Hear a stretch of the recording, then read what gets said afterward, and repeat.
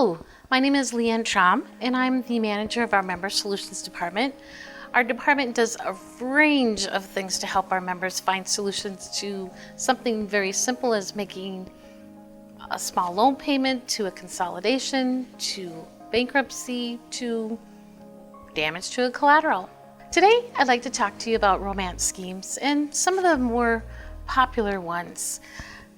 Typically, a romance scam starts online with light conversation and then a request to move off that platform to a private, perhaps text, email. Time goes by. The scammer eventually convinces the target that the relationship is real. They will be together one day. Then comes the emergency request for money. That turns into a demand for money. When the target realizes he or she has been scammed, his money is gone and his heart is broken. I'd like to provide you some tips now on how to spot some of those romance scams. 1, they go from 0 to 60 really fast. They profess their love. Gosh, I've only known somebody 2 weeks and they love me already and we haven't even met. They're flirtatious. They start calling pet names. They're convincing. They're liars. They cook up stories. I work on an oil rig. I'm deployed in the military. I'm a very prominent business person. 4, they're identity thieves. Oftentimes, they'll take someone else's photograph and use it as their image.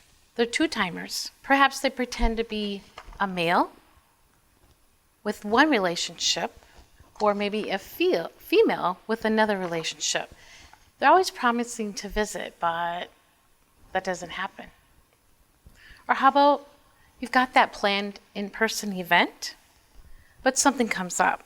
It's postponed. There's those unforeseen circumstances.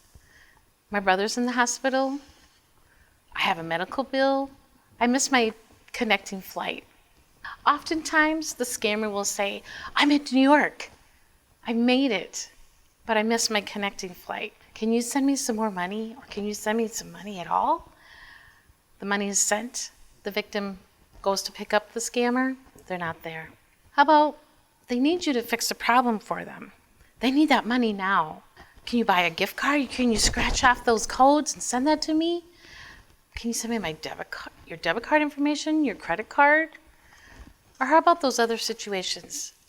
I can take Zelle, Cash App, money order, check, a wire. Maybe they want you to cash a check. So they've sent you a check, but oops. Now those funds have been put in your account, but they only need $200 of that back. But by the time you've discovered that that check might be fraudulent, counterfeit, you've sent them some of your money.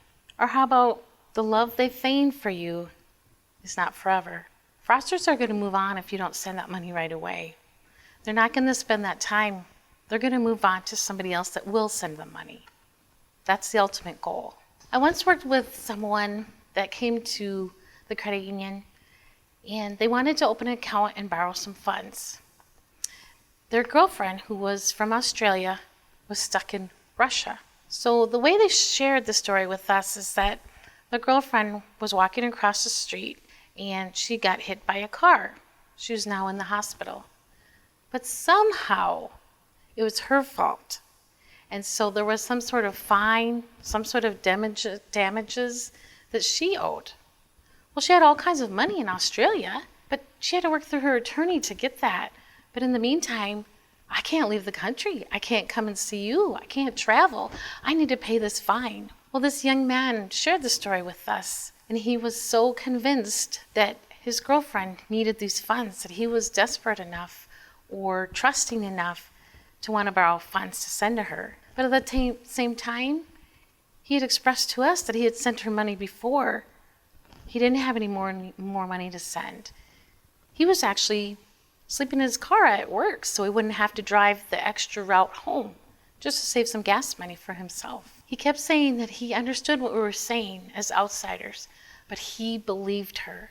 Unfortunately, we did not convince him that this was a romance scam. He was a victim. we didn't end up opening that account or borrowing those funds. These are some of the steps I think you should take if you are involved in a romance scam. Stop any transactions. Don't send any more funds.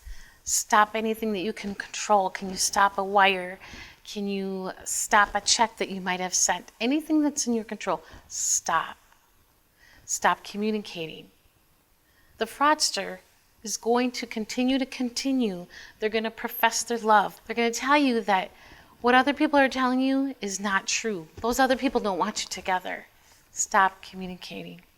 Talk to your family. Talk to your friends. Talk to somebody that you could be vulnerable with and really share that story and what events have taken place. Other things, please report this to your local law enforcement. This could be happening to other people, and you don't want that to happen. Obviously, the goal is to stop this.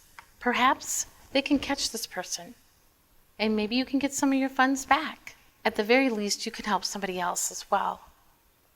I'd also suggest going online to www.i3c.gov. This website allows you to report these types of scams.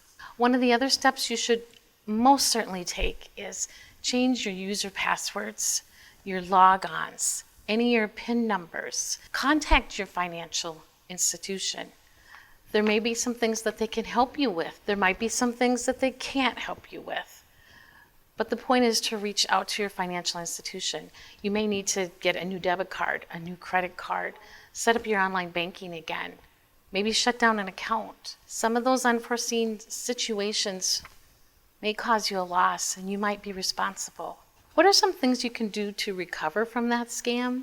Again, talk to family and friends. Talk to somebody, a clergy, a professional, a counselor. You need to get an assistance as a victim. You're not alone.